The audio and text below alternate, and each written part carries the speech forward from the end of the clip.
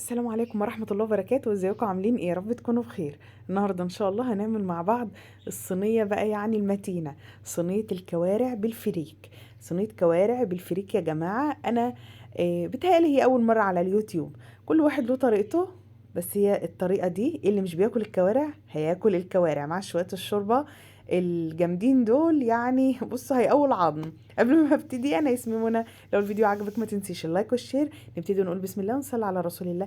اللهم صل على محمد صلاة تنحل بها العقد وتنفرج بها الكرب وتقضى بها الحوائج وتنال بها الرغائب وحسن الخواتيم واستسقى الغمام بوجه الكريم. مبدئيا كده الكوارع هتجيبيها من جزار يكون نظيف، وبعدين انت هتنضفيها كويس جدا وتعيدي عليها، لان بيبقى ساعات فيها كام شعرايه كده لازم تشيليهم. فميه بقى بتغلي كويس جدا على النار، نزلت بالكوارع بتاعتي بعد ما اتنضفت واتغسلت بالليمون والخل والدقيق والطحينه. بصي كل انواع الحاجات اللي بتنضفي بيها نضفيها بيها لو انتي بتضايقي من ريحه الزفاره. تمام كده. خدت بقى غلوه كده على النار، وانا ما قفلتش الحله بتاعتي، سبتها لان لسه هحط المطيبات. شلت بقى الريم اللي طلع من عليها كده بالمصفى، وابتدي انزل بالبصله وعود قرفه صغير خالص لا يذكر، واللوري والحبهان وفصين من المستكه ان امكن، ومعايا طماطمايه كده مدياها كام غزه يمين وشمال. هبتدي بقى اقفل على الكوارع بتاعتي واسيبها تاخد وتدي مع الحله. مش شرط تكون حله ضغط، خليها حله عاديه عادي خالص، وتتابعيها لو احتاجت ميه بتزوديها ميه مغليه كويس جدا. يعني وانت بتغلي الكوارع جنب منك حله تانية فيها ميه مغليه، تاخدي منها وتحطيه في الكوارع لو الميه بتاعتها نقصت. طيب الصينيه بتاعتنا بقى هنعملها ازاي؟ الصينيه بتاعتنا معايا صينيه عاديه خالص، لو انت حابه تشتغل في الطاجن براحتك جدا. ونزلت فيها ببصله كده مبشوره بشر ناعم، وعليها فصين من التوم. يا دوب البصله بتاخد لون معايا خفيف، وابتدي انزل بالفريك بتاعي. الفريك بتاعي انا غسلاه، لو انت حابه تنقعيه براحتك، مش حابه براحتك برضو. هو الموضوع بس هيفرق في مده التسويه. تمام كده. انا نزلت بالفريك بتاعي بعد ما غسلته مقدار قد ايه، تقريبا كده كوبايه من الفريك. والكارع بتاعي ده نص كارع. تمام. لو انت هتعملي كارع كامل طبعا بتزودي كمية الفريك وبتكبري الصينية بتاعتك شوية. اديت كده تقليبة للفريك بتاعي، ونزلت بمعلقة من الفلفل الاسود. وشمي بقى ريحة الفريك وهو بيتحيق كده مع البصل والثوم والفلفل الاسود. الريحة بقى مش عايزة اقول لكم رهيبة يا جماعة. والله بالله اللي مش بياكل كوارع هياكلها بالطريقة دي وهيطلبها منك كمان.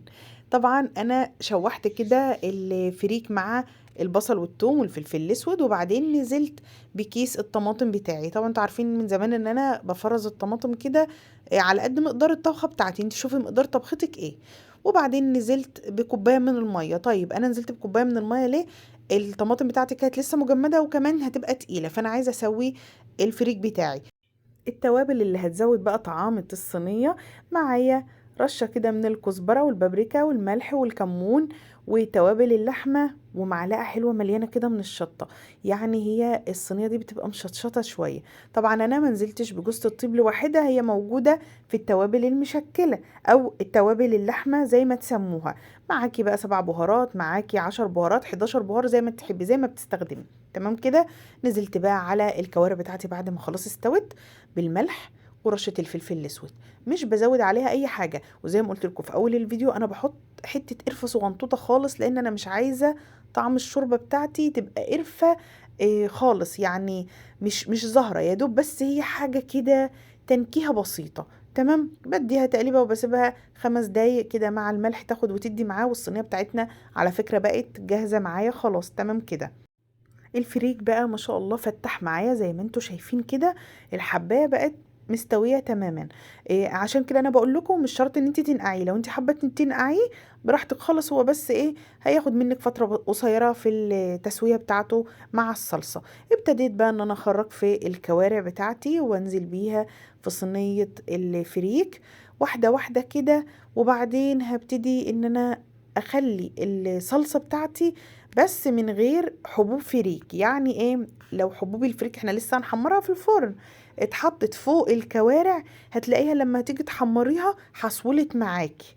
تمام. يعني انت لما تيجي تاخدي دلوقتي من الصينية من الصلصة على وش الكوارع بتاعتك كده وهي بتبقبق مع الصينية وشكلها بصراحة تحفة، هتعملي ايه؟ هتاخدي صلصة بس من غير حبات الفريك، علشان زي ما بقولك لو دخلت الفرن هتحصول معاكي، ومش هيبقى شكل الكوارع شكلها مش هيبقى لطيف.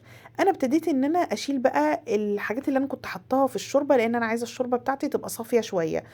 وخلوا بالكم، انا هقول لكم بقى على خطوه كمان هنعملها مع الشوربه بتاعتنا. الشوربه بتاعتنا ديت يعني كنز يا جماعه. طبعا انتوا عارفين الكوارع، والله الناس بتوع زمان دولت ما كانوش بيشتكوا من عظمهم ولا كانوا بيشتكوا من ركابهم، بسبب ايه؟ ان هم كانوا بيحبوا الحاجات دي وبياكلوها.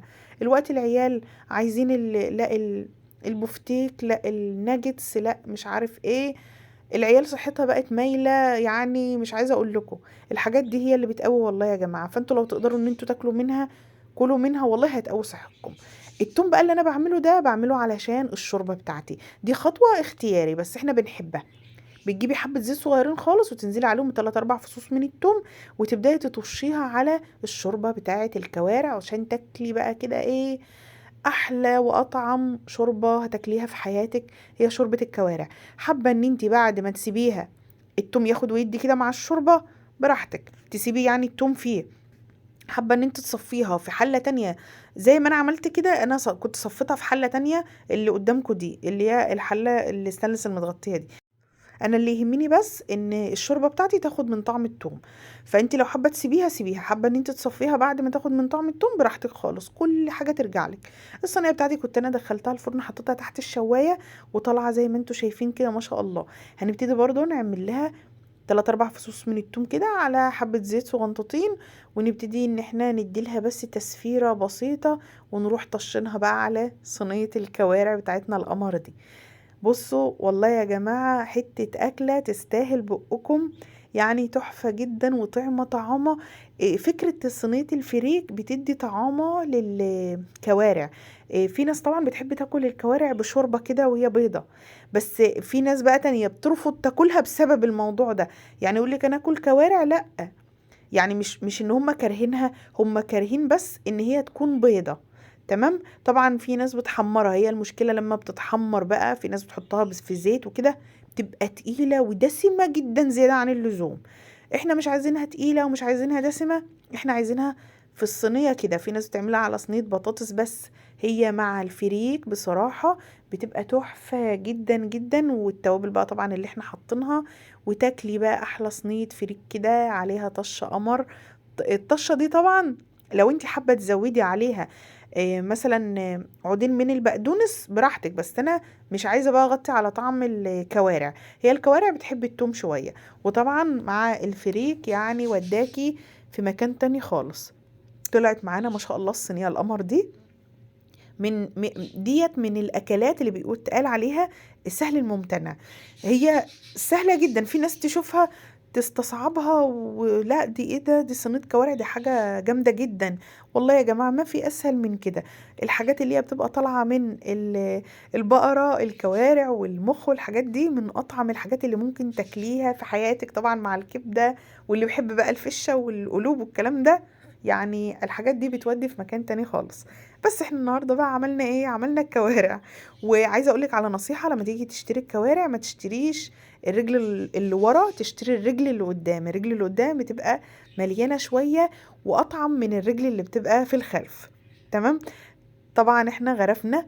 لو انت حابه تاكليها بعيش هتاكليها بعيش، حابه ان انت تعمليها معاها رز بيتعمل معاها رز ابيض عادي خالص، اللي هو ايه، بتعملي كميه الرز بتاعتك وبتغسليه كويس وبتحطي الميه قد ايه فوق مستوى الرز بعولة صباع، والملح بتاعك. حابه تضيفي عليه اي منكهات مستكه حبهان براحتك جدا. ده مناسب، الصينيه دي مناسبه معاها جميع اشكال الرز اللي انت هتعمليها. حبه رز، حبه بحبه، براحتك جدا، كل اللي انت حباه هيخدم معاكي في الصينيه دي. طالعه ما شاء الله شويه شوربه يا جماعه قمر. طعمت بقى الكارع ده، ان انا لاحظت ان مفيش على وش الشوربه دهون كتير. احنا متعودين ان الكوارع بتبقى سمينه جدا وبيبقى فيه دسم على الشوربه صعب قوي. لا ما شاء الله الشوربه طالعه حلوه جدا، ما شاء الله تبارك الله، حاجة كده تستاهل بقكم.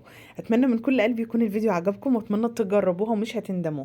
ما تنسوش اللايك والشير والاشتراك في القناة. اشوفكم على خير، السلام عليكم ورحمة الله وبركاته.